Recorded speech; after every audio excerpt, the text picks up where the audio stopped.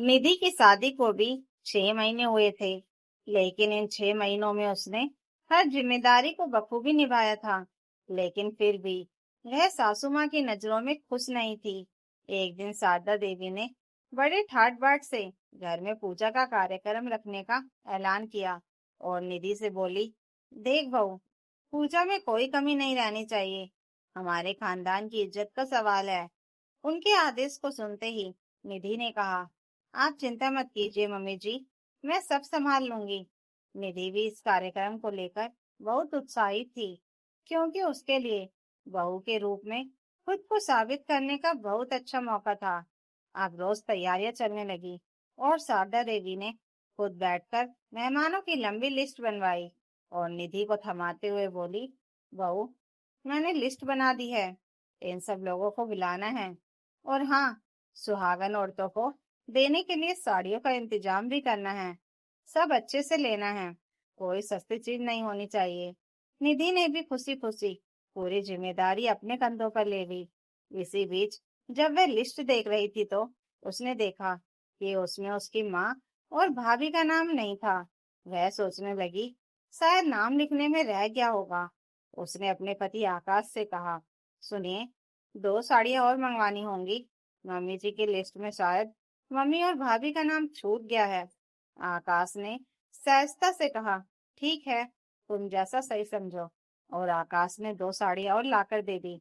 निधि ने उन साड़ियों पर भाभी और माँ के नाम की चिट लगा दी।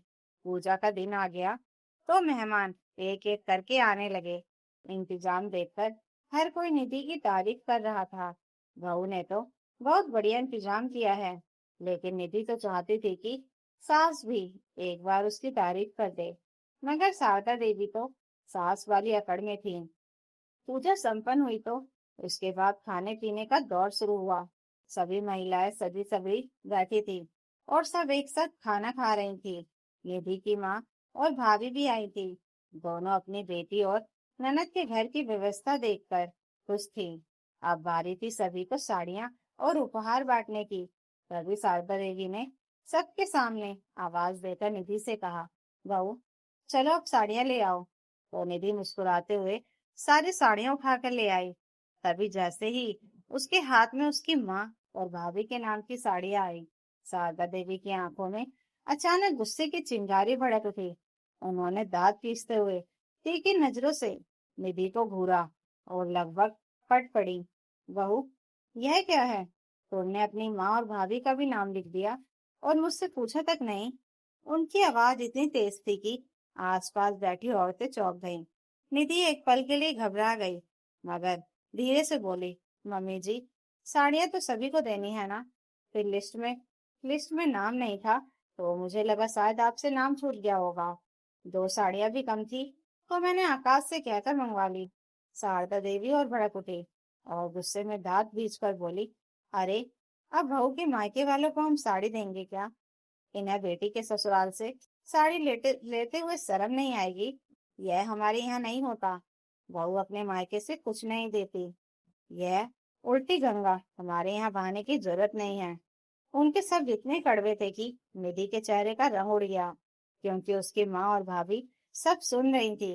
शारदा देवी ने बिना एक पल गवाए उन साड़ियों पर लगी नाम की चिट्ठियां झटके से हटाई और उन्हें सबके सामने ले गई। यह देखकर निधि के हाथ वहीं रुक गए। उसका दिल जैसे किसी ने मुट्ठी में कस लिया हो। उसकी माँ और भाभी एक कोने में बैठी थी और उनके चेहरे पर असहजता और अपमान साफ झलक रहा था। सबके हाथ में साड़ी नजर आ रही थी, मगर उसकी माँ और भाभी के हाथ खाली थे। तभी आकाश ने यह सब देखा। उसने इधर उधर नजर दौड़ाई और पूछा, मम्मी, निधि की मम्मी और भाभी की साड़ियाँ कहाँ हैं? आपने उनको साड़ियाँ नहीं दी क्या? सबको साड़ी मिली है, तो उनको क्यों नहीं? बेटे ने सवाल किया। तो शारदा देवी खींचती हुई बोली, अरे बेटा, कोई माँ अपनी बेटी से साड़ी नहीं लेती है। आज तो यहाँ पूजा हुई है, इन्हें तो यहाँ कुछ लेकर आना चाहिए था। आकाश कुछ कह नहीं पाया। उसकी नजर तभी रसोई के दरवाजे से निकलती निधि पर पड़ी। उसकी आंखें नम थी, मगर उसने तुरंत पल्लू से चेहरा छुपा लिया।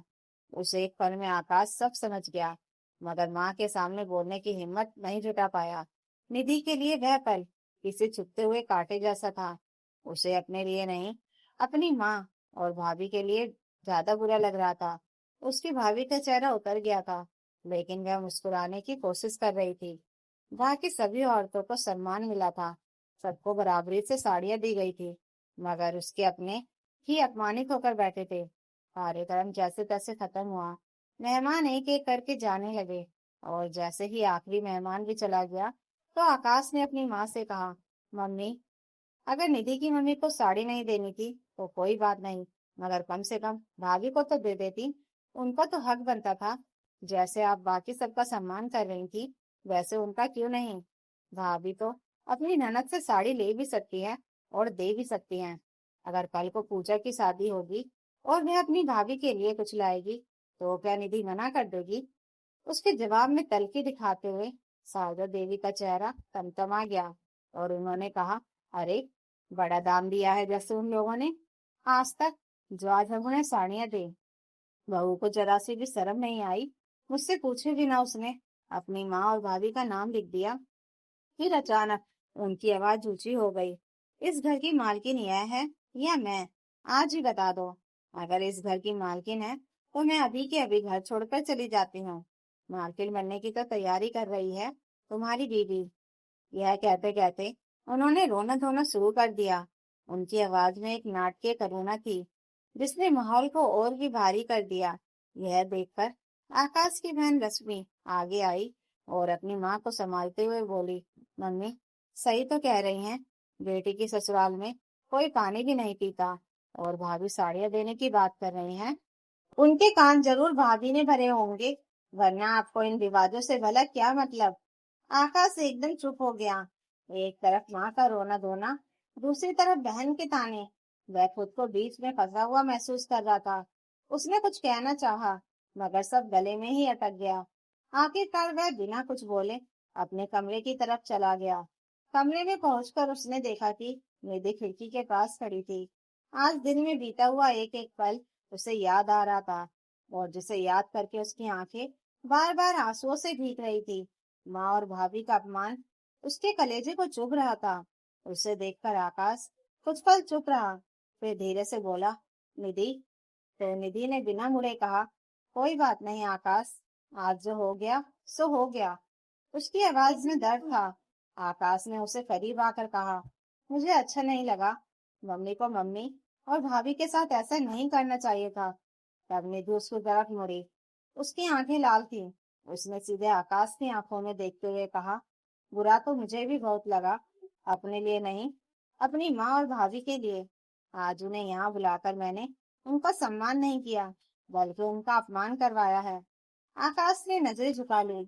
निधि ने आगे कहा, लेकिन कोई बात नहीं, हर बात का जवाब उसी वक्त देना जरूरी नहीं होता। कुछ जवाब वक्त खुद दे देता है। वह एक पल के लिए रुकी, फिर बोली, याद रखना आकाश, वक्त लौट कर जरूर आता है।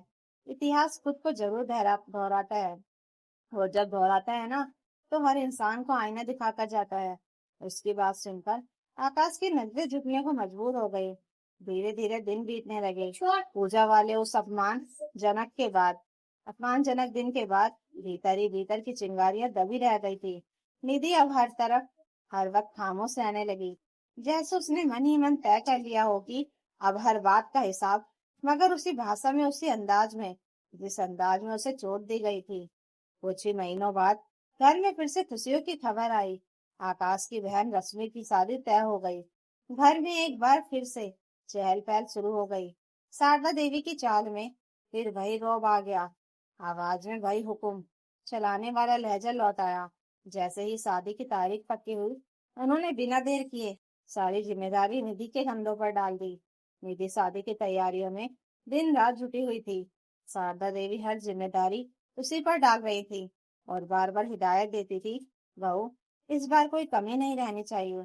निधि हर हर काम को पूरी लगन से कर रही थी, लेकिन उसके दिल में अपनी माँ और भाभी के अपमान की चुभन अब भी जिंदा थी। एक दिन जब आकाश ने कहा कि शादी का सामान चुनने निधि और रश्मि साथ चली जाए, तो शारदा देवी ताना मारते हुए बोली, मुझे तेरी महारानी पर भरोसा नहीं है। पता नहीं फिर किसके किसके नाम की चिट लगा दे। यह सुनकर निधि का फोन कॉल उठा, मगर उसने चुप रहकर मन ही मन ठान लिया कि अब हर जवाब उसी अंदाज में मिलेगा जिस अंदाज में उसे चोट पहुंचाई गई थी। शादी में एक हफ्ता बाकी था। घर मेहमानों से भर चुका था और सादा देवी हर छोटी बड़ी बात पर निधि को टोक रही थी। एक दिन उन्होंने फिर कहा, ध्यान रखना, हमारी इज्जत पर कोई आंच नहीं आनी चाहिए। इस बार निधि चुप नहीं रही। उसने सीधे उनकी आंखों में देखकर कहा, मम्मी जी, इज्जत की उम्मीद आप मुझसे क्यों रखती हैं, जब मेरे परिवार की इज्जत का आपने कभी ख्याल नहीं रखा। उसके शब्द सुनकर सारदा देवी तिलमिला उठी, लेकिन तभी मेहमानों के आने से बात वहीं रुक गई। उस दिन पहली बार निधि को अपने मन का बोझ थोड़ा हल्का महसूस हुआ। रात को जब शादी का सामान रिश्तेदारों को दिखाया जा रहा था, तब सारदा देवी बड़े गर्व से रश्मि के सोने के गहने दिखाने लगी। तभी निधि मुस्कुराकर बोली, अरे रश्मि, तुम्हारे गहने तो मेरे गहनों से भी हल्के हैं। ध्यान रखना, कहीं ससुराल में कोई ताना न मार दे। कमरे में सन्नाटा छा गया। शारदा देवी का चेहरा उतर गया, क्योंकि उन्हें वही दिन याद आ गया जब उन्होंने सबके सामने निधि के मायके से आए हल्के गहनों का मजाक उड़ाया था। बुआ जी भी सब समझ रही थी। उन्होंने भी तंज कसते हुए कहा, हाँ भाभी, गहने तो सच में हल्के लग रहे हैं। शारदा देवी चाहकर भी कुछ नहीं बोल पाई। शादी से एक दिन पहले लड़के वाले रस्म के लिए आए सभी सुहागन महिलाओं को साड़ियां और उपहार दिए गए। फिर रश्मि की होने वाली सास ने मुस्कुराते हुए शारदा देवी को भी एक सुंदर उपहार देना चाहा। जैसे ही शारदा देवी ने हाथ बढ़ाया, तभी निधि की आवाज गूंजी, अरे मम्मी जी, आप ये गिफ्ट कैसे ले सकती हैं? रश्मि तो उनकी बहू है। बेटी के ससुराल से कुछ लिया नहीं जाता। हमारे घर का तो यही रिवाज है ना। यह सुनते ही शारदा देवी के चेहरे का रंग उड़ गया। निधि ने आगे कहा, मैं तो बस आपको आपका ही नियम याद दिला रही हूँ। कमरे में बैठे सभी लोग एक दूसरे का चेहरा देखने लगे। रश्मि की सास मुस्कुराकर बोली, अरे यह तो पुरानी बातें हैं। लेकिन निधि ने तुरंत कहा, हमारी मम्मी जी तो इन रिवाजों को बहुत मानती हैं। बुआ जी हंसी रोकते हुए बोली, वाह बहू, भाभी ने तुम्हें बहुत अच्छे संस्कार दिए हैं। उनकी बात सुनकर सब समझ गए कि यह उसी पुराने अपमान का जवाब था। पहली बार आकाश भी अपनी पत्नी के साथ खड़ा हुआ और बोला, मम्मी, आज निधि ने साबित कर दिया कि वह आपकी ही बहू है। शारदा देवी के पास कोई जवाब नहीं था। लड़के वालों के जाने के बाद निधि ने शांत स्वर में कहा, मम्मी जी, अब मैं पहले वाली बहू नहीं रही। सम्मान मिलेगा तो सम्मान दूंगी, और अपमान मिलेगा तो जवाब भी उसी भाषा में मिलेगा। इतना कहकर वह अपने कमरे में चली गई। शारदा देवी वहीं खड़ी रह गई। आज पहली बार उन्हें अपनी गलती का एहसास हुआ था, लेकिन अब उनके पास ना कोई तर्क बचा था और ना ही माफी मांगने की हिम्मत। तो दोस्तों, अगर आपको यह कहानी अच्छी लगी हो तो कमेंट करके जरूर बताइएगा, और नई कहानियों के लिए चैनल को सब्सक्राइब जरूर कर लीजिएगा। Thank you for watching.